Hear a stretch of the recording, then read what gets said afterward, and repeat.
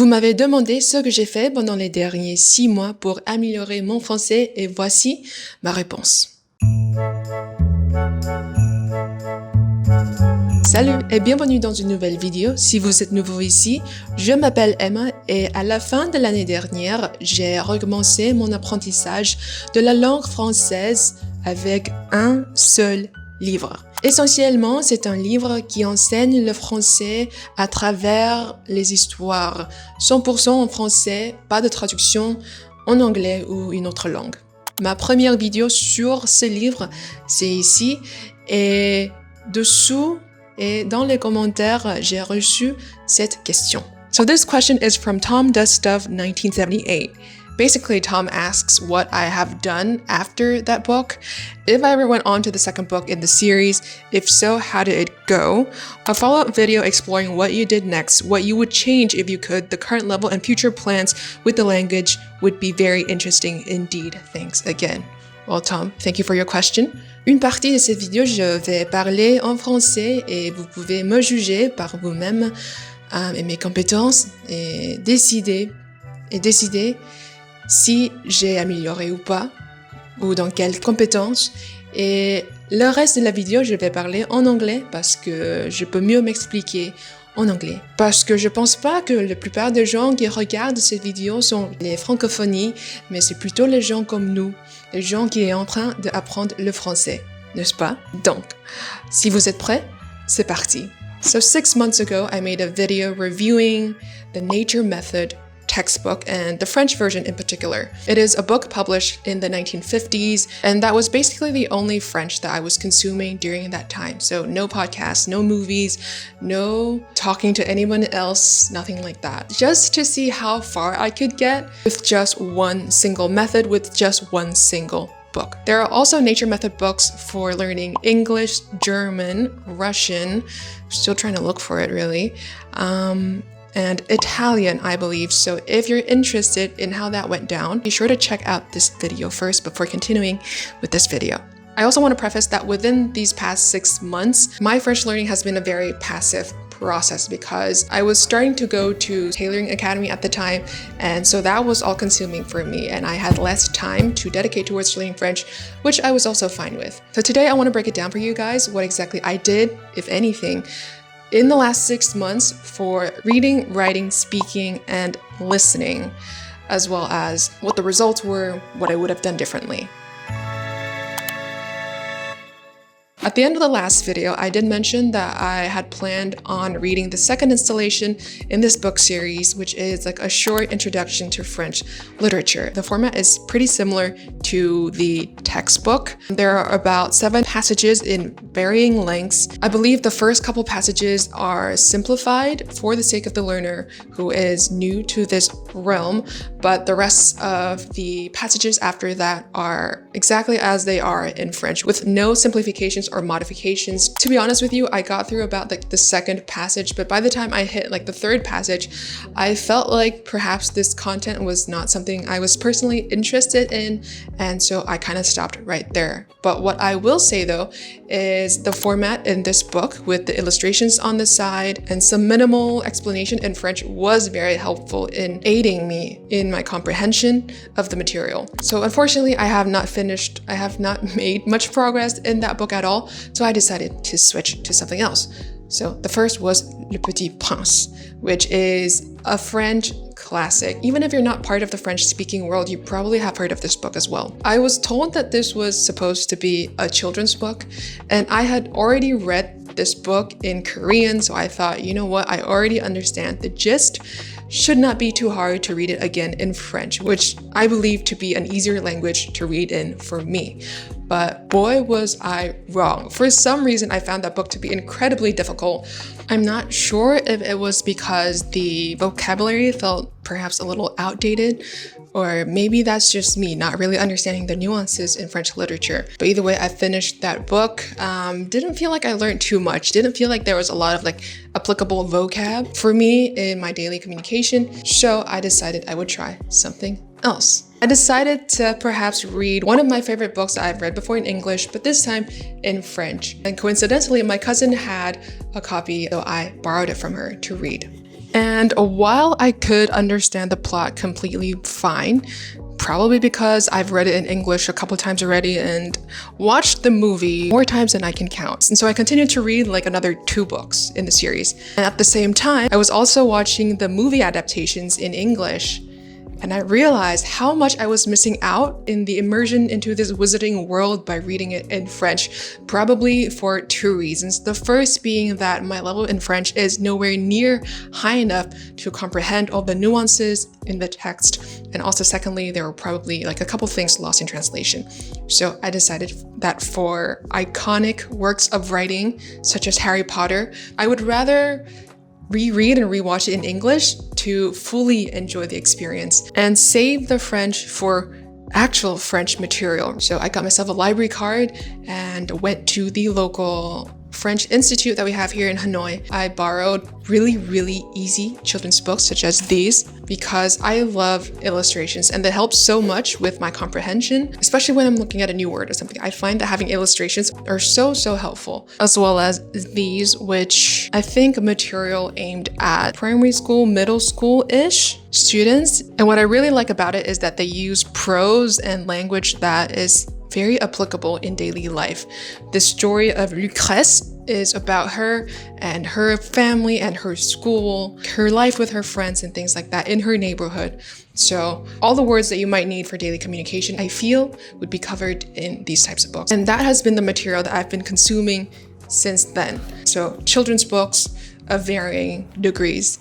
It uses grammar conjugations that I would actually use in real life. Par exemple, le passé composé, l'imparfait, le futur. Whereas in Harry Potter, you have this conjugation that ends with a lot, and every time I see that, I kind of skip over it. And slowly, I found myself not translating from French to English as much in my head.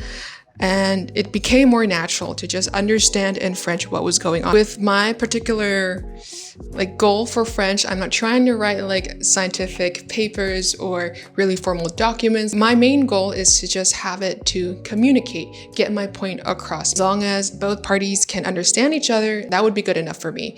And I feel like these children's books equip me with that, so long as I read enough of it. In the textbook of this series, there were a lot of writing exercises that were assigned, so it was very easy to do them. But now that I'm on my own, I decided that it might be a good idea to try journaling, just to have an excuse to write something in French for the months of April, June, and July. A couple times a week, really short passages, just to talk about my daily things. But what I also realized was that journaling was not just where I record my daily activities, it's also where I do a lot of my deep thinking. And I really wasn't deep thinking much within those couple months, probably because your thoughts are only as deep as your command of a certain language, which is something I want to touch on in a separate video. But basically, being able to make sense of my thoughts on paper was more of a priority to me, was more important to me. So I decided that French will have to wait again. I will continue journaling and writing in English because, yeah, a girl has a lot of thoughts and she needs a way to make sense of things. With speaking, honestly, I was not practicing my pronunciation at all.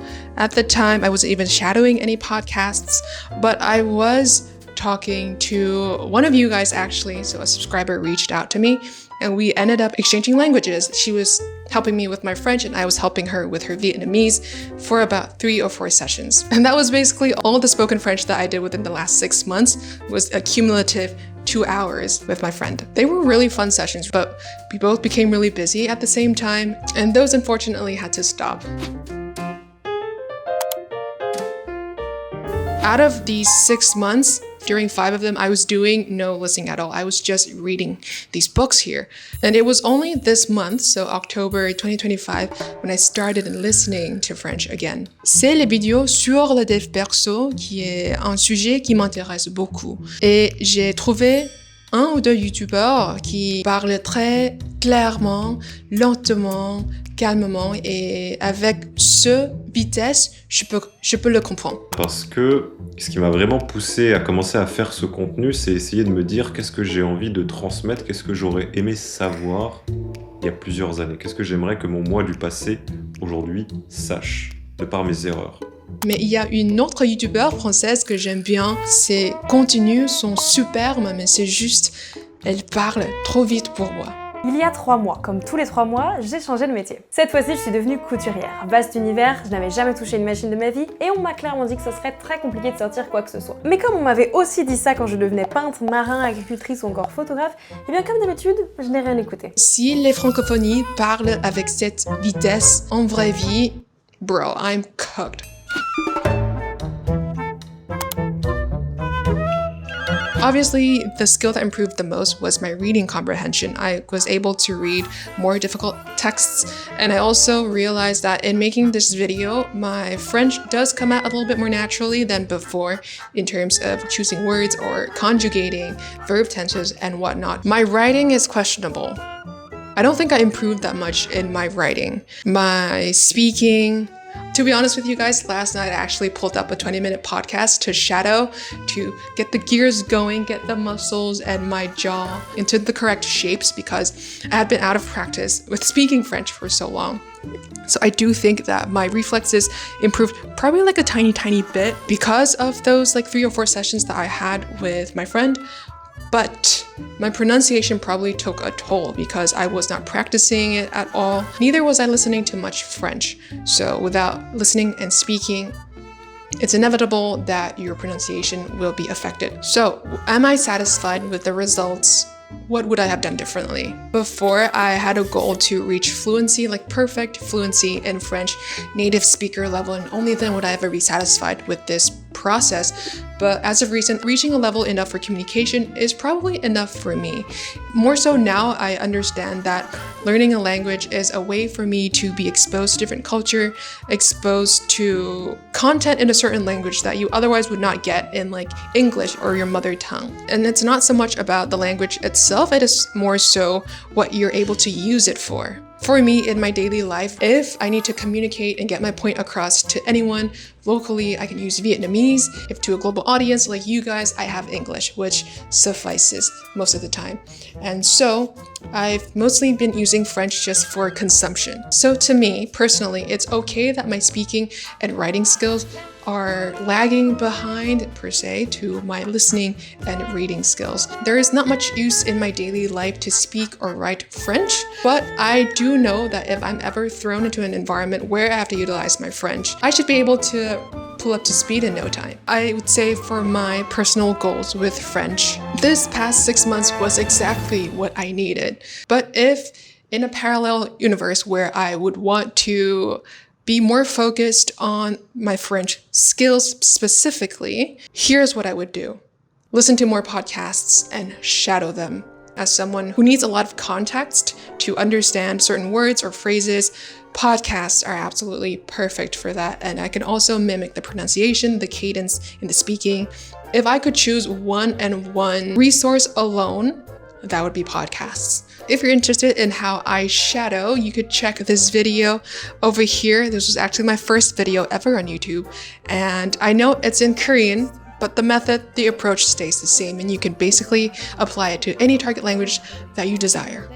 And then if I had more time, I maybe would try a little bit harder to find a native speaker to speak with and practice my speaking reflexes, because right now I can say the things that I've said before, but there are a lot of areas, even if I understand it in reading and listening, it has never come out of my mouth before, and so I am still really slow with those. Getting to speak with a native speaker also helps you get over the initial fear of speaking that language. I also probably would have tried a little harder to write, probably find some textbooks with prompts in there so that I don't have to think of them up myself. So it's like the hours that you put in, right? The more hours you put in, hopefully the work will pay off. As for me, and personally what I would want to do next, where I would want to take my French, I think I would want to give French literature another shot. I will try this book again, L'initiation à la littérature française, and potentially meander into the realm of the French classics like Les Misérables or Notre-Dame de Paris, which is honestly one of my favorite musicals ever. And I've been told that these books are super long, so I don't know how long it would take for my brain to be able to process that amount of French, that magnitude of French, but if that is indeed the case, I probably might read it in English first to understand more of the nuances, the little details, and then I might read certain chapters in French. That is where my interest lies right now, is within literature. And how about you guys? How is your French going? What have you been studying with? Has it been working for you? Has it not? Be sure to let me know in the comments below. C'est tout pour aujourd'hui. Merci d'avoir regardé cette vidéo et passez-vous une magnifique journée. Ciao!